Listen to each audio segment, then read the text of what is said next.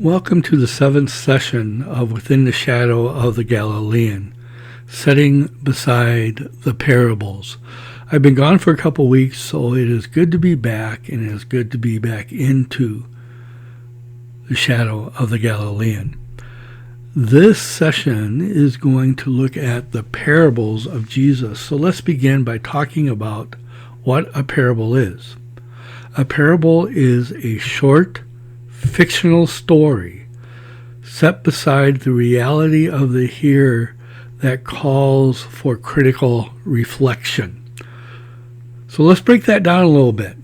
A parable is a short story, maybe a couple of paragraphs long at most. The parable is also a fictional story.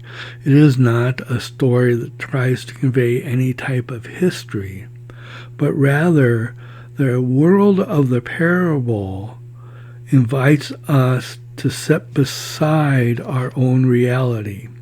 The word parable literally means to set beside or to be thrown beside. From this perspective, a parable is meant to allow the people or the person hearing the parable to set beside the social and personal reality of their lives. A parable does not have to have a conclusion that is clear. Usually a parable has a conclusion that is open-ended and calls for critical reflection by the person or people that are hearing the parable. Parables heard in the 21st century will be understood differently than parables heard in the first century. So in order to understand parables in the context of the first century, let's look at the social context of Jesus' lives, the lives of his disciples, and the lives of the discipleship communities in the various villages that Jesus visited. Jesus lived within the Roman Empire when Tiberius was governor.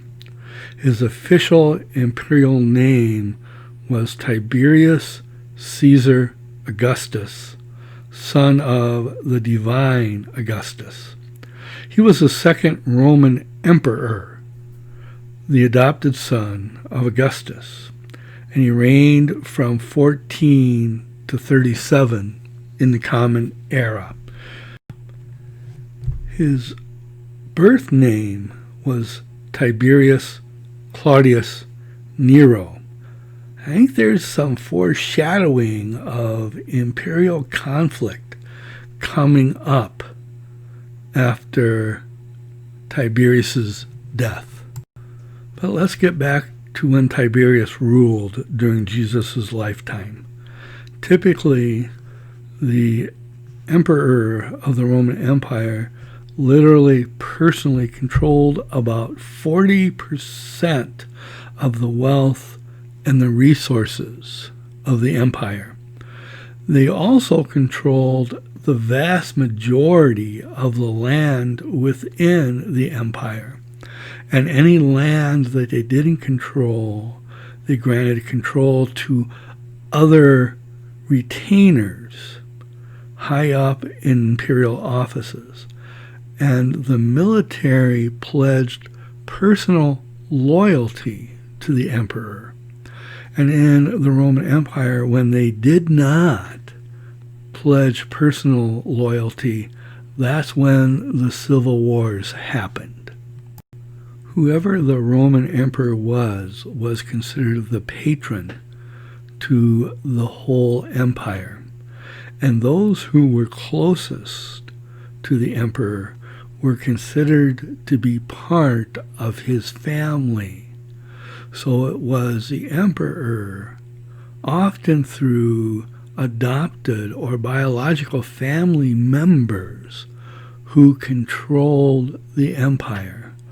And while the emperor controlled personally about 40% of the resources and the wealth, the emperor's family controlled another 30 or 40% of the imperial wealth and resources that gives right next or to the emperor control of 70 to 80% of the wealth and resources of the Roman Empire. The Roman emperor was the patron or the father of the empire, and he had to his control wealthy clients that I'm going to be calling retainers. And the retainers had clients that were retainers of other clients, that were retainers of other clients, that all owed their allegiance back to the emperor. Jesus lived within the Roman province of Palestine that was governed by a person appointed by Tiberius named Pontius Pilate. Pontius Pilate worked with the high priestly families at the temple in Jerusalem to govern the Jewish people. There were retainers within the temple that were made up primarily of Sadducees, but there were some Pharisees. And once the imperial tribute was sent off to Rome, once the temple taxes were paid, the Pharisees, the Sadducees, and the families of the high priest Pilate were able to keep for their own personal use whatever was left over from the taxes and tribute from the people in the province of Palestine. Underneath Tiberius and underneath Pontius Pilate and the high priestly families and the temple retainers were local retainers that worked in towns and cities and villages throughout the province of Palestine that also took wealth for their own benefit to increase their place within the local Palestinian province. Within the Roman Empire, there was also a group of merchants who worked with local artisans that produced luxury goods that the merchants would sell in the province, in cities, near the province, and the closer you could get to selling luxury goods to Rome, the farther up you were with the merchant group and the wealthier you could become. The final group we want to talk about in the Roman Empire is the military. The military owed its allegiance to the emperor and was paid directly by the emperor. So their livelihood from the private to the commander was all dependent on keeping the emperor on the throne. This is the basic power structure of the Roman Empire that funneled all the wealth towards the top. Whenever there was civil war in the Roman Empire, it was always instigated by a person or some people close to the emperor that had the wealth and the financial resources to pull away some of the military to their side and therefore engage in civil war. So all the power, the privilege, and the wealth within the Roman Empire was funneled up towards the emperor. And it was 1 to 2% of the population that had access to that. There was another 10 to 15% of the population that governed in provinces, in different locales within the province, merchants and local artisans, who then continually fed the power, privilege, and wealth towards the top.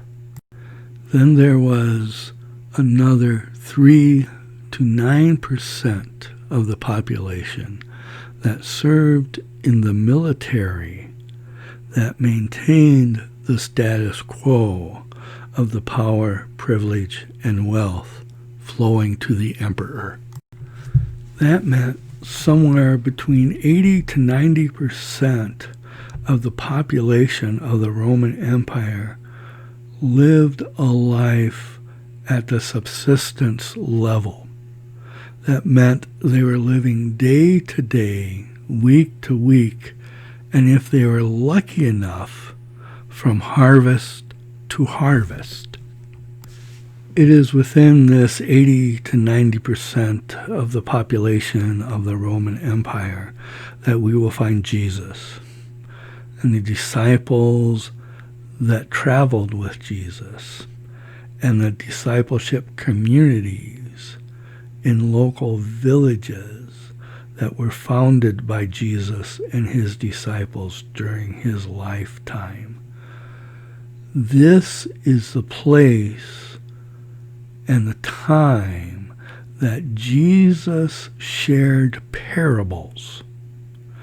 So if we are to look at the parables to explore the shadow of the Galilean, the parables need to make sense not to us who live in the 21st century, but to people living a subsistence life in villages in Palestine in the 1st century. So let's look at one of Jesus's parables as the author of the Gospel of Mark gives it to us. In chapter 12 of the Gospel of Mark, I'm calling it the parable of a vineyard owner and the tenants. A man planted a vineyard, put a fence around it, dug a pit for the winepress, and built a watchtower. Then he leased it to tenants and went to another country. When the season came, he sent a slave to the tenants to collect from them his share of the produce of the vineyard. But they seized him and beat him and sent him away empty-handed. And again he sent another slave to them. This one they beat over the head and insulted. Then he sent another, and that one they killed. And so it was with many others. Some they beat, and others they killed. He had still one other, a beloved son. Finally, he sent him to them, saying, "They will respect my son."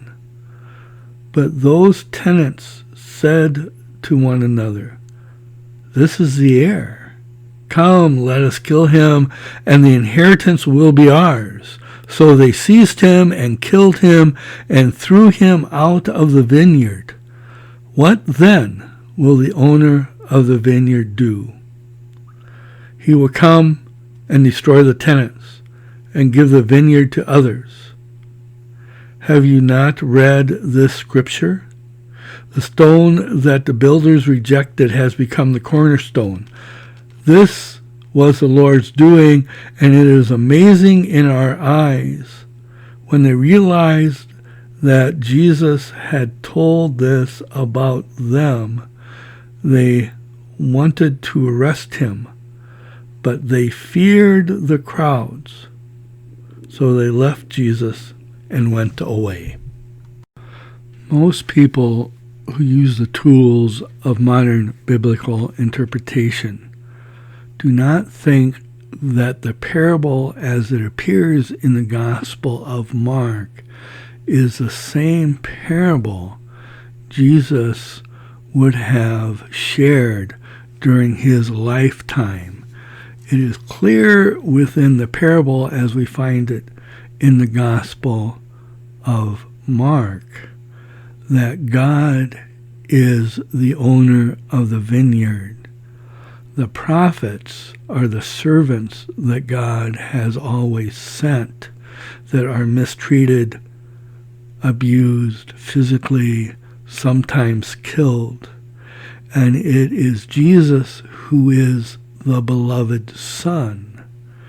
And the story calls for the high priests, chief priestly families, and the scribes and the elders to take this parable in critical reflection with a clearly cannot do and will not do, and therefore, while desiring to arrest Jesus, they walk away because they are afraid of the crowd. So let's look at this parable in a new way, not as it appears in the Gospel of Mark 70 years after Jesus' death, and as the discipleship communities proclaim his resurrection, but as it may have appeared during Jesus' lifetime in the villages where he established discipleship communities. So using our definition of a parable as a short fictional story set beside the reality of the here that calls for critical reflection, let's take a second look at this parable of the vineyard owner and the tenants. A parable told by Jesus is going to reflect the life of the discipleship communities in Galilee and around the province of Palestine, rather than the elite retainers that we find in Jerusalem. And it is going to be a fictional story that makes sense for them rather than an accusation for those elite leaders in Jerusalem. And the world of the parable is going to reflect their reality, but is going to reflect it in such a way that they can set it beside the reality that they live in that will allow the hearer in the village, in discipleship communities, to look at it critically to help them live their lives in villages. And the parable does not provide an answer, but rather invites them to critical reflection on how to live their lives. So let's take a second look at this parable of a vineyard owner and the tenants. So let's imagine within the Roman Empire, with everyone seeking as much power, privilege, and wealth as possible, that an elite comes to buy land and plant a vineyard that is a luxury crop. And then he fences it off, and he digs the wine press and builds a watchtower, and then makes more money by leasing it out to tenants who have lost their land and then goes off to another country. Eventually, when the time comes, he sends some of his clients, who happen to be slaves, to collect from the tenants that 80 to 90% of the produce of the luxury crop from the vineyard. But the client is seized and beat and sent on his way empty. So the elite then sends another client slave, and that one is beat on the head and insulted. And then finally, he sends his son. And the tenants think, if we kill the son, then there's no inheritance, and we can get our land back. So they seize the son and they kill him and throw him out of the vineyard. What then will the owner of the vineyard do? It is something like this that most scholars come up with using the tools of modern biblical interpretation. As a parable, Jesus could have told in villages to discipleship communities. The main character in the parable is no longer God, but a foreign elite who comes and buys land and then plants a luxury crop, reducing the amount of land available for life-giving crops. The story continues with 3 escalating acts of violence by the tenants, hoping to get their land back. Then Jesus asks them the piercing question, when you kill the son of a wealthy, privileged, powerful elite, then what will the owner of the vineyard do? Indeed, this addresses the issue of villages in first century Palestine, where elites were coming in and purchasing as much land as possible to grow luxury goods at the expense of wheats and vegetables that can sustain life day to day, week to week, harvest to harvest. And there was an escalating violence throughout all of Palestine. And Jesus asks the penetrating question, what's going to happen if the violence continues to escalate? Here's the parable with a modern twist. A young man wearing a hoodie is walking down Fifth Avenue in New York City when a cop comes up to him and says, "What you doing?" And the young man says, "Get out of my face," and walks on.